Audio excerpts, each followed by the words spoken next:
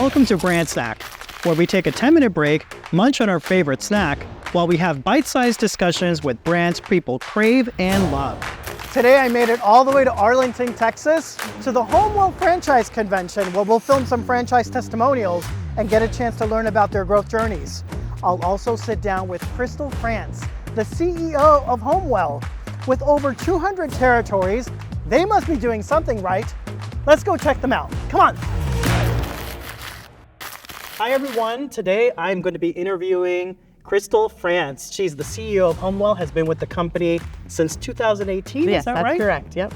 And we're going to be having a great time. As you know, with all my episodes with Brand Snack, what I love to do is snack with a CEO or founder of a franchise and discuss, how branding brings everything together, all of the elements, all of the components, and we compare that to your favorite snack.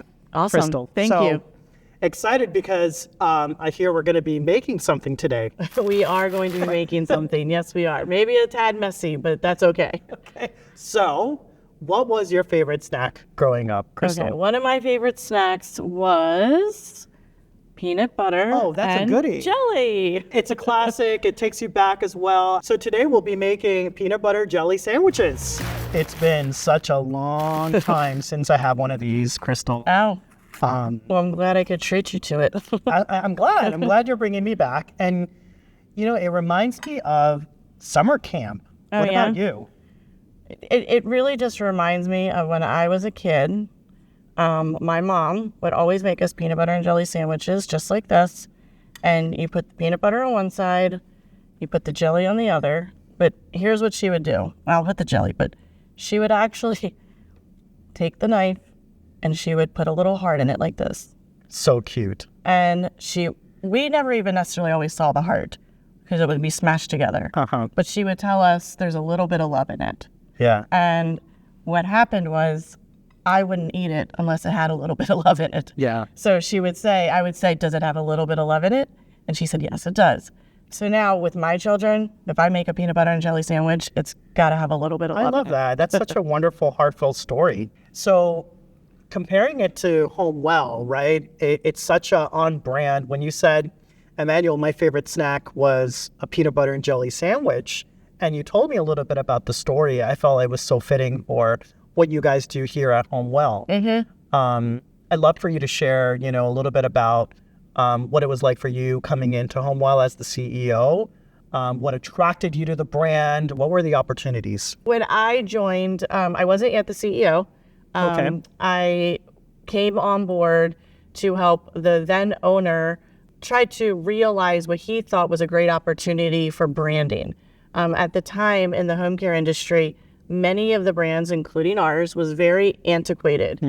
And so what we wanted to do was make sure that not only are we catering to our clients, but also as a franchisor, we want to cater to future franchisees who want to be a part of our brand. Yeah. And so when I joined, one of the first things that we did was work on a rebrand of what was currently existing.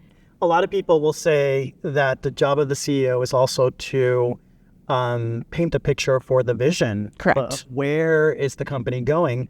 And we talked a little bit about, the heart in the peanut butter jelly sandwich that your mom would put in. It's almost like now it's your time to put a little heart into HomeWell. Yep. Your own version of what heart is. The phase prior, it was all about building a scalable franchise, making sure that we're putting brand programs together, that we're putting resources and tools together. This next phase, I think, is also putting heart into the business, but it's being very smart and sophisticated about how we're doing it. The industry is getting a lot more sophisticated, and home care itself is becoming a bigger player in the healthcare continuum. And so what we're looking to do is be more data-driven and make sure that we are letting people know that what we're doing actually works. Yeah. So your mom or dad can age in place with dignity. They can be taken care of with compassion, but we're also doing the things that really matter, like keeping them out of the hospital so that they live longer. Yeah. And making sure that, we have positive outcomes, and not just in what we do, but the outcome of what we're doing. Yeah, I want to talk about that because one of the things I really liked when learning about your brand is that you developed these signature programs that are unique to HomeWell. And yeah, home care as a whole is very generic, and that anyone can do that really. Yes. But how you do it and the formula Correct. is different, right? Yes. And tell me a little bit about those signature programs because they are tied to outcomes. They 100% are tied to outcomes. One of the programs that is most tied to outcomes is our Go HomeWell program. And these programs have been part of our brand for quite some time. But again, as the healthcare continuum is evolving, we're realizing that we want to double down on them even more and that it will set us apart. It will be a differentiator for us. So the Go HomeWell program is a program that when people are discharged from the hospital, we step in and help them transition home, which is often a very vulnerable time for both families and for the senior. And basically what that does is we have an entire program for our owners to follow to make sure that we're keeping them out of the hospital. I want you to talk about how this marketing background is now paving the way for brand-centric franchise model that is going to have an impact on experience, on outcomes, on the productizing of different programs. Yeah, so I think franchising is interesting because we have two target audiences. You've got your clients and your families, but we have our owners. And oftentimes I think franchising gets that wrong because they only consider the end user on the branding or the programs or whatever they're doing. I think we do a really nice job of making sure that we constantly keep the owner in mind, because if we are taking care of the owner, then we're going to help a ton of people across the country. If we bring it back right to the owners, right, and their experience too is a guided experience. It is, you don't just do it on your own. Correct. Right? So there's phases that you've been able to incorporate that have dedicated business coaches that are going to walk you through the growth stages, and you're going to experience growth at 1 million a little differently than when you're at 5 or 8, Correct. right? Yes, that is very much the case. And one of the beauties of our franchise is that, yes, we have something that's stable, that they can continue to go to time and time again, like a peanut butter and jelly, but they can add bananas into it. They can add pineapple into it. They can add strawberries into it. Because home care is very hyper-local. And so what we want to make sure that we do is we give them the box, which is the peanut butter and jelly, but then they can sprinkle in whatever it is that they want to sprinkle in. They have a template, the peanut butter and jelly, but then they can sprinkle in if they want to specifically focus on dementia programs. Oh, I see. Or if they want to look at Medicaid as a primary resource for them, or if private pay is what they want to do, or the veterans. Veterans is another one, or we have some people that do concierge care, which is a little bit more high end. I mean, if you think about it, you're inviting a stranger into your home to take care of your mom or dad. I mean, that is extremely vulnerable. It is. And so, yes, the brand means a lot. I think to attract people to our brand, we want it to feel trusting.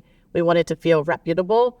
But then ultimately what's going to make that sale is the relationships with the care manager or the owners. Yeah, and even talking about the owners, there's a rigorous selection process. A lot of people don't know that, but not just anybody could come into the HomeWell network. Yes. Right? There's a filter of sorts. Yes, we evaluate pretty strongly. We want to protect our brand. That's correct. And Crystal, what I'd like to do now, as you all know with Brand Snack, I like to critique the logo. So we'll talk a little bit about how the logo has all of these design components and the artistic flair of it, and how, what is the story behind it? What does it say? What are the elements? So let's pull up the logo, pull it up. Here we go, Crystal. So here we go. We're looking at the HomeWell logo. Okay. Tell me, what you're seeing. What's the main focal point here? I would say the main focal point is the heart. Now, the heart has a little bit of a design inside. What is that? So there's some depth there, Yeah. and subtle changes of the red color. It's supposed to embody the compassion You know what I see? What do you say? I see a warm hug, Yes. Yes. right? It's supposed to be a warm hug. It's not super obvious, but it's Subtle. Yes, It's yes. like, but that's why I love branding. And as you know, as a Yes. marketing, branding is art. And so there's always like little things involved that accentuate different aspects of the story. So I see a warm heart. And so underneath it says care services, but you weren't always care services. But we were not, no. So we rebranded in 2018. Okay. We used to be HomeWell Senior Care. Okay. And we did a bunch of quantitative and qualitative research to help inform our new brand and the new branding work that we did. And interesting enough, one thing that we found is, we thought senior care limits us a little bit. So while our bread and butter, our main target audience and who we provide care for are seniors, they're not always seniors. Yeah. And sometimes they're younger with VA, they're oftentimes younger. But we provide care for anybody who needs it in the home. Anybody that has gone through a rough accident, car accident, Correct. needs to go through some rehabilitation in the home. Or, a hip replacement, a knee replacement, anything like that. Yeah. I mean, you don't have to be 60, 70, 80 years old to have one of those. So yes, for sure. And I love that in the logo, you have the heart is in the home. And it's aging in place. It's all the benefits that come from, longevity tell me a little bit about that. Like Your home is, that's your safe place, right? Like that is where all your memories were made. That is where you feel comfortable. And so oftentimes even the adult children, there is deep ties to that home. So I think there is a incentive not only for the mom or dad who wants to stay in the home, but I think there's an incentive for the adult child, to not give up maybe their childhood home and to have their parents be able to stay there where there's familiarity, particularly if you're speaking about Alzheimer's or dementia. There's a lot of health benefits just being in a familiar place, but it also just is that comfort of wanting to stay where you're familiar. Yeah, I think you're hitting the nail on the head there. Tell me about the future of HomeWell. Where is it going? Is there a larger emphasis on the brand differentiation? Yeah, the future of HomeWell is super bright. We will look at AI to help efficiency, not necessarily to replace care. That's something that I'm very stubborn on. I think that you can never replace a caregiver in the home that is providing care for seniors. But we will look at it for our owners to see how we can provide efficiencies in their operations. But we look just to continue to grow. Yeah. The more that we grow, the more franchises that we can sell, we know the more people that we can help. Thank you so much, Crystal. Yes. Taking the time to share this. Thank you. This was very fun. Yeah. We had a wonderful time. Thanks again for visiting us, and until next time.